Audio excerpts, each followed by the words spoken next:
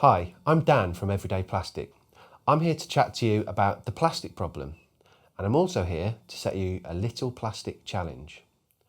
But before I do, I just want to check. Do you know that we have a bit of a problem with single-use plastic? Have you seen beaches covered in plastic? Or the footage of that whale with a stomach full of plastic bags? And what about all the rubbish trucks emptying tons of waste at landfill sites? I'm sure that most of you care about the plastic problem and how it affects our environment and wildlife, and us humans. I'm sure some of you are already actively reducing the plastic in your life. But do you know exactly what you throw away and where it goes? Well, neither did I when I moved to a little seaside town called Margate back in 2016. I'd never lived by the sea before, so I made the most of walking and running along the coast and breathing in that fresh sea air. But looking down beneath my feet, I was genuinely shocked to see just how much plastic there was washed up on the beach. I'd remember seeing pictures of turtles in the Pacific Ocean with plastic straws up their nose and little albatross chicks feeding on tiny bits of plastic. I thought plastic pollution was something that happened in other parts of the world, not where I live, here at home. With these images pretty fresh in my mind, I started to become much more aware of just how many products were wrapped in single-use plastic in my local supermarket. Fruit and veg, pasta and rice, pizza, hummus, toothpaste, toothbrushes, washing up liquid toilet paper, you name it. Plastic packaging was really hard to avoid. So I'm bringing back my shopping, unpacking the bags, making my tea, cleaning the flat, having a shower, all the things you do at home, and I'm surrounded by plastic. I started to wonder where all this waste packaging will end up. Well, I thought, at least I can recycle it, which reminds me, I need to call the council to send me my recycling box. So I gave them a call to ask where it was, and they said, sorry, recycling isn't available to you where you live. Recycling isn't available to me? What am I going to do with all this rubbish? All these questions started to race through my head. If I don't have recycling, does recycling even work? How much plastic am I throwing away? Is it all food and drink packaging from the supermarket? And what actually happens to all my plastic waste? I was starting to become really insecure about my personal impact on the waste problem. Are the choices I'm making actually polluting the environment? Am I the problem? So, I decided to conduct a little experiment and not throw away a single piece of plastic waste that I produced for an entire year. Whether I was at home, at work, at the pub, the cinema, or on holiday, I would make sure none of the plastic waste I produced would be thrown away. Not a bottle top, bubble wrap, toothbrush, coffee lid, clothing label, nothing. As it got towards the end of the year and the bin bags piled up in my spare room, I knew I had a story to tell.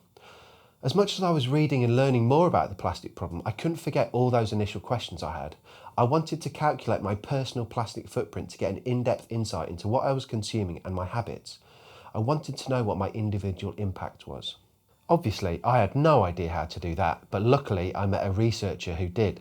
Earth scientist Dr. Julie Schneider knew exactly what we needed to do. So over the course of 4 days and with the help of 20 volunteers, we separated, counted, categorised and weighed every single piece of my plastic waste, filling the floor of a music venue that could fit 2,000 people in it. At the same time, a photographer friend and I had an idea to make a massive mural featuring all of the plastic waste that I collected over the year. And when I say massive, I mean massive. This huge billboard shows every single piece of the plastic waste I produced over that year, whether it was a juice carton, plant pot or a giant inflatable watermelon. They all appeared at actual size. And remember, this is just one person's annual plastic waste. It's beautiful and abstract and colourful and recognisable, but that's not down to any artistic skill. That's the packaging doing its job. The colour of a chocolate wrapper, the shape of a bleach bottle, the green tray for mushrooms or tomatoes. They are all specifically designed to be familiar and to persuade you to buy them. What I loved about this piece is that without pointing fingers or preaching, it held a mirror up to those who saw it. It helped people to recognise the plastic problem as something everyone is responsible for. Behind the scenes, Dr. Julie and I were working on crunching the numbers we'd gathered during those 4 days of analysing my plastic waste. It took a year to save all my plastic, and then almost another year to research and write a report based on our rigorous analysis. We called it What We Throw Away and Where It Goes. The whole process up until then was a crash course in gaining an in-depth understanding of my consumption habits. Not just through what it all looked like, but by having a detailed breakdown by the numbers too. And the stats were shocking. For example, I can tell you that I threw away 4,490 pieces of plastic in 1 year. As part of the experiment, I wanted to understand if what I was throwing away was normal. Did I represent the average UK citizen in terms of what I consumed? Well, it turns out that those 4,490 pieces by weight come in under what the average UK citizen throws away. So as it's a pretty honest representation of what is getting thrown away by one regular person, could we calculate how much we're throwing away as a country? Well, if we were to apply my own waste, 4,490 pieces, by the population of the UK, around 66 million people, we could safely estimate that as a country we are throwing away over 295 billion pieces of plastic in a year. Hard to picture, isn't it? Well, by volume, it represents an enormous pile of plastic that would rise as high as the Shard in London, the UK's tallest building, and the base would cover over 20 Wembley stadiums. And remember, this is just for one country in 1 year. Imagine what we're throwing away globally over 10, 20, 50 years. It won't surprise you that over 2/3 of my plastic waste was food and drink packaging, and hygiene, cleaning and medicine packaging waste made up a further 10%. So, we could safely assume that over 3/4 of the stuff that I threw away in that year could have been bought from the supermarket. Now, I think I already know the answer to this question, but who here likes crisps? I got through 149 delicious packets of crisps in 1 year, which may sound like a lot, but on average, a UK person gets through 160 per year. Now, the reason we're talking about these crisps is because crisp packets are made up of more than one material. They are made up of multi-layered materials. That foil you see inside when you open the packet is sandwiched between two thin layers of plastic film. Not only is it hard for a recycling company to separate these materials to recycle, it's not really worth them doing it. The soft, flimsy plastic material that separate is of too poor a quality and too little value to go through the recycling process. So if I'm eating 149 packets a year and you're all eating 160 packets a year, then we're throwing away billions of packets of crisps that can't be recycled. And the same applies to the plastic that wraps our chocolate, sweet, ice cream, biscuits, chewing gum. Imagine how many you must go through at Easter or Christmas or Halloween. Again, we're throwing away billions every single year and hardly any are getting recycled. And it's not just our snacks and treats. Even the stuff that is good for us, like salad, fruit and veg, come packaged in soft plastic that can't be recycled. In fact, most of the stuff we use comes wrapped in this non-recyclable plastic film. It's cheap to produce and lightweight, which is almost precisely the reason why the material is of little value to anyone once it's been used and thrown away. The picture already ain't looking too pretty, is it? And I haven't even answered that original question I had. What actually happens to all my plastic waste? Well, Dr. Julie did a lot of cross-checking and double-checking and fact-checking and triple-checking against a large amount of publicly available research that we used to analyse my data. She was able to accurately calculate what would happen to a year's worth of my plastic waste. Of the 4,490 pieces of plastic that I threw away over a year, only 161 items, 4%, would end up being recycled here in the UK. 4%. In fact, more of the waste that you put into your recycling box is shipped abroad for other countries to deal with. How does that make you feel? Most of it is in fact getting burnt, a solution that is being employed more and more as countries around the world struggle to deal with the unmanageable amount of plastic that is being produced. Did you know that plastic is made up of either oil or gas, which are fossil fuels? Because they are made of oil or gas, burning plastic releases carbon into the atmosphere.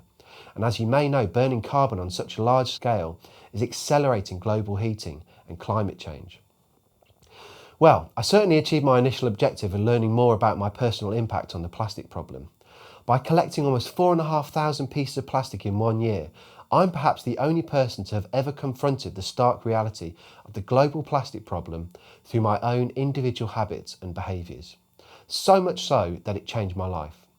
And if this experiment can prompt changes in me as one person, what could it do for others, for you? By offering people like you the same experience I had, could we help you to find a personal connection to the plastic problem and discover your own plastic footprint? Well, now you can. Welcome to the Everyday Plastic Survey. Taking part in the Everyday Plastic Survey is your chance to understand exactly what you throw away and where it goes. And taking part is simple. All you need to do is collect your plastic waste for a week, analyse and record what you use before entering your data into our website to instantly reveal your unique and personal plastic footprint. This footprint will show you how much of your plastic waste is food packaging, single-use packaging, how much is recycled or burnt, and what your consumption would look like if we scaled it up. But most importantly, we want to show you where you can make the small changes that make a massive impact. So, select a week to collect your waste, and then starting from the moment you wake up on the Monday until the moment you go to bed on the Sunday, you'll be collecting every single piece of plastic waste that you and your household generate for a week. The week after that, we'll get together again for the analysis stage, which is where you'll analyse your waste and record your data into our website. And that's when you'll receive your personal plastic footprint. Collecting your plastic waste is easy, but before you start, I want to guide you through some important steps. Firstly, collect everything. This is the most important rule of the whole experiment. Whether you're at home, at school, you must save every piece of plastic that you would otherwise throw away. It doesn't matter if it's big, like, I don't know, an inflatable pizza, or small, like a sweet wrapper. It doesn't matter if it's broken or in one piece, or if it's recognisable or not. Collect it all. Set aside a separate bag next to your bin, which will be your designated bin bag for plastic waste. And if you're at school, take a bag to pop in your rucksack to store any waste you generate during the day. You can empty it into the main bag in the kitchen when you get home. This experiment is a study of the plastic waste you are throwing away during the specific week-long period. So if you finish a bottle of shower gel, milk, washing up liquid, tomato ketchup during this week, put it in your designated bin bag. If you don't finish it, leave it out. Tell everyone. It's important that those around you, particularly at home, know that you're doing this experiment so they can help save any plastic waste that is destined for the bin too. Any piece of plastic that is thrown away at home should go into your designated bag. Also, we don't want anyone at home to mistake your designated bag for actual rubbish and put it out for the local waste collectors. Plus, this experiment will help them to learn at the same time as you. Be honest. We're not here to point fingers and to tell you what to do. I mean, remember how many crisps and chocolate I went through in a year? More than anyone, I know how hard it is to avoid single-use plastic. In fact, being honest in recording what you throw away in a week will really help us to understand how much plastic waste we're all generating. We can then feed back all the data we gather to businesses and to the government to present the reality of the plastic problem and push for the changes that we really need. If in doubt, put it in your bag. There are actually loads of things that you may not realise are made of plastic, such as sandwich packaging, juice or milk cartons, coffee cups, Pringles tubes, toothpaste tubes, crisp packets, onion nets, water filters, sellotape, cleaning sponges, coat hangers, plant pots, plasters. If you're not sure if the material is made of plastic, maybe it feels like paper or looks like foil, just put it in your designated bin bag. We'll filter out any incorrect materials during the analysis stage. Wash your waste. Wash all pieces of food packaging before throwing them away. We don't want to be touching any unclean meat trays or vegetable bags when we come to analyse your plastic waste at the analysis stage. Make a note of less hygienic items. For hygienic reasons, there are a few things that should stay out of your bin bag, like nappies or nappy bags, plasters, pet poo bags or wet wipes. When we empty out our bags to analyse what we've thrown away, we want the process to be as clean as possible. So if you think an item of plastic may be a bit unclean or unhygienic over the week, just make a note of it at home. And make sure to bring along your noted items to the analysis stage. Take photos and videos. We want to know how you're getting on, what you're learning, what has surprised you, and what your family and friends may think of the project. For a video, think about recording yourself or a family member saying, "I can't believe how much plastic we go through," or "I'm not going to use any more plastic bottles." Why not take a photo of your bin bag at the start of the week and then at the end? Maybe take some pictures of you putting your plastic waste into your bin bag, or the amount of plastic you use at school in just one day, and anything else you might want to film or take a photo of. And have fun. Remember, enjoy yourself. This is the main thing. It's going to be fun. Are you ready? Oh, and one final reminder. You must collect everything. Make sure you have a read of our guide, which covers everything we've discussed here, plus some more details. You can download a sign to put above your designated bin bag to remind everyone at home too. And remember, you are taking part in a nationwide project. We need you and we need your plastic waste. With your help, with your data, we can present our findings to the businesses and government to push for the change needed to tackle the global plastic problem. And all that leaves me to say is thank you for watching, happy collecting, and I'll see you very soon.